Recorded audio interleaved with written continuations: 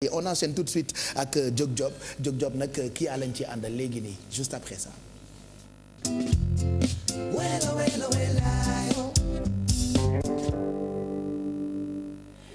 9h26 Kia tey laataa ngay joxe conseil surtout on a reçu message yu xale yu doog am bac am na ci ñuy laajte ku ci am bac L lan nga war a suivre ci wàllu prolongation des études ni ma ko waxee noonu la non waaw doser rek comme damay dégg ay homologation elle me sort des mots lourds maintenant pour impressionner ko man aussi je sors des mots lourds pour lui montrer que aussi moi j'ai aussi fait les bancs voilà aussi. Donc prolongation des études. Et quel est ton diplôme ton diplôme là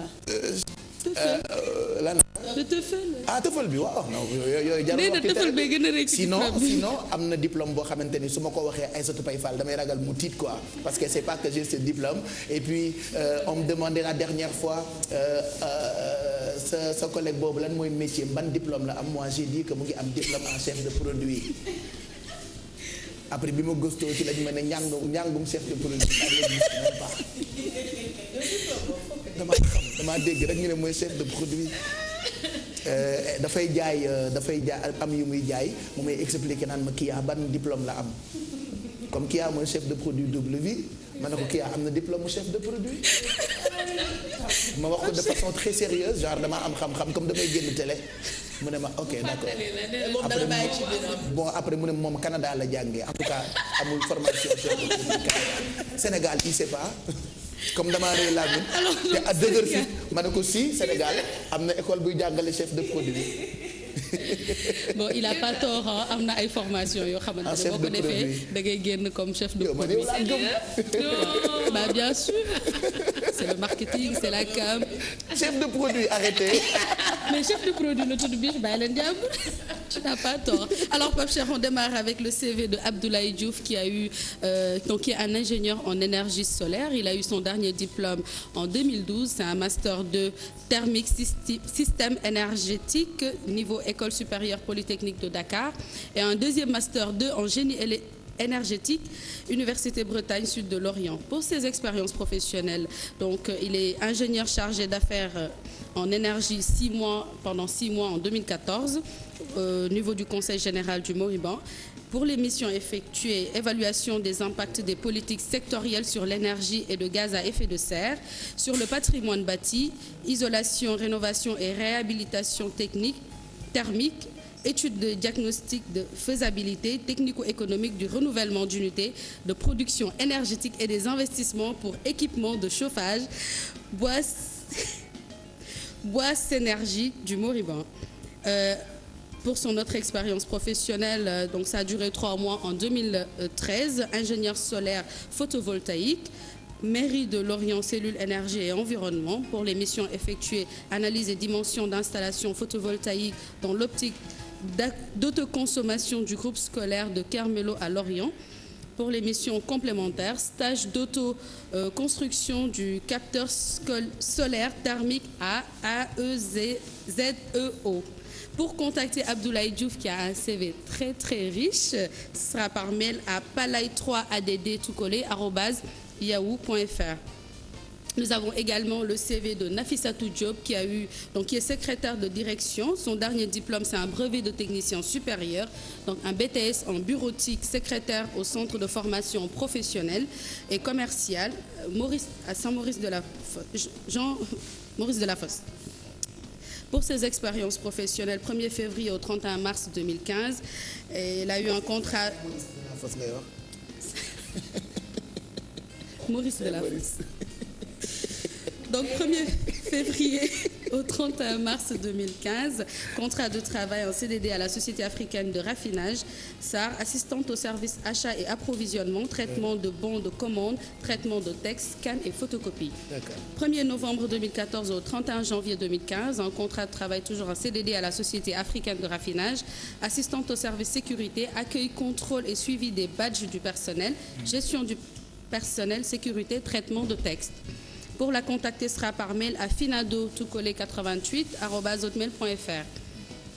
Toujours notre offre d'emploi de la semaine, donc c'est cette société de la place qui ouvre un grand store à partir du mois de septembre 2015, donc qui est à la recherche de vendeurs, vendeuses dans le domaine du prêt-à-porter, chaussures. Il faut juste rappeler que grâce à Jóg Job il y a eu beaucoup de jeunes yu doon wut liggéey ñoom defe naa structure bi jël na leen ba ñu commencé liggéey. Exactement, Pape Cheikh, parce que je me rappelle offre d'emploi bi ñu ngi ko jotoon au mois de offre d'emploi bi ñu ngi ko jotoon au mois de juin.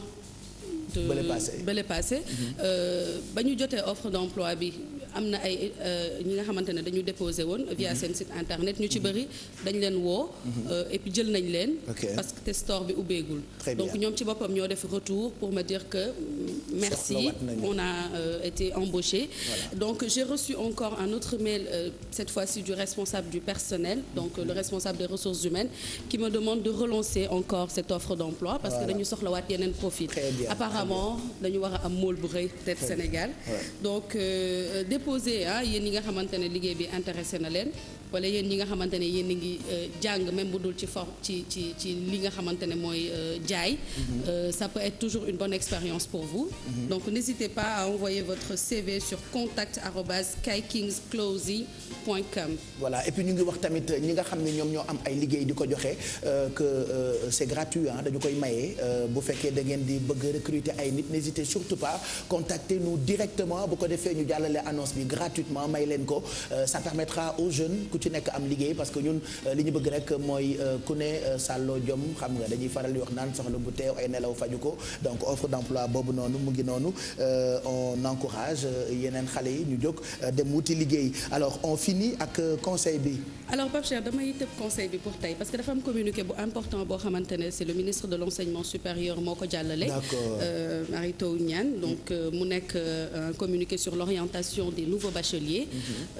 Donc le ministre de l'enseignement supérieur et de la recherche porte à la connaissance des nouveaux bacheliers 2015 que la procédure de préinscription, d'orientation et d'inscription dans les institutions publiques d'enseignement supérieur se déroulant sur le site www.campussen, donc campussen.sn, est prévue du 22 août à 0h au 6 septembre 2015 à 0h, délai de rigueur.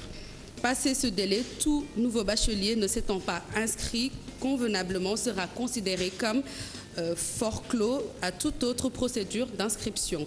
Attention, pour les établissements d'enseignement supérieur, écoles, instituts, qui recrutent sur concours, tests ou entretien, les procédures habituelles d'admission sont maintenues.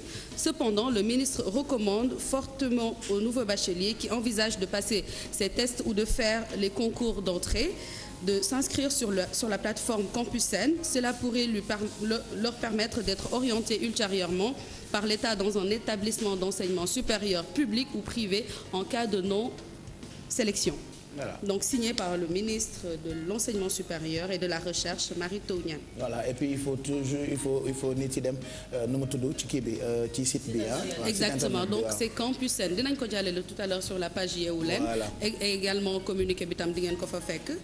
Donc pour toute autre information contactez le site internet campussen.sn. Voilà merci pour Jóg Job qui a ñu àndaat ak yow incha allah après-demain c'est ça. pour yeneen i conseils yoo xamante ni soxal na suñu xarit yi nga xamante ni ñooy wut liggéey.